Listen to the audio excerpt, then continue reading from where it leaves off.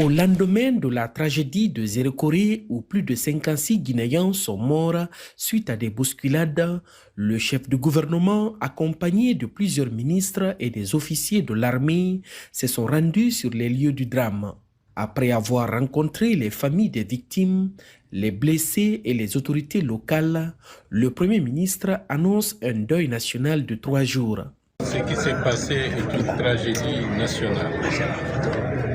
Personne ne pouvait s'imaginer qu'une festivité sportive pour rapprocher des jeunes Guinéens de toutes les régions puisse se terminer dans cette tragédie.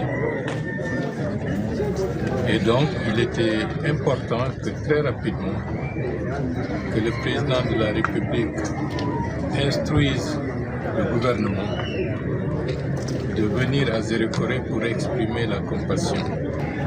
Mais c'est tout le peuple de Guinée qui est en deuil aujourd'hui. Parce qu'à travers ce qui s'est passé, Zérekoré, c'est la Guinée. Et dans la même logique, pour montrer que c'est la solidarité nationale, c'est la nation qui est en deuil aujourd'hui, à partir de demain, 3 jours de deuil national seront proclamés. Que ce soit à l'intérieur du territoire national, que ce soit dans nos représentations diplomatiques, le drapeau national sera mis en berne. Dans une déclaration, le gouvernement annonce l'ouverture d'une enquête pour situer les responsabilités dans ce drame.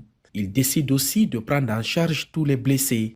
Les services publics s'engagent à accompagner les familles endeuillées, y compris un soutien psychomédical aux blessés.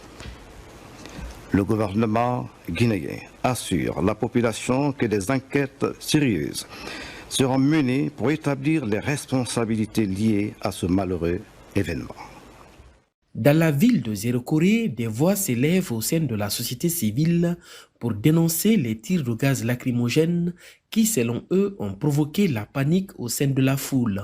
Quand vous organisez dans un tel endroit, vous devez vous astreindre à certaines obligations.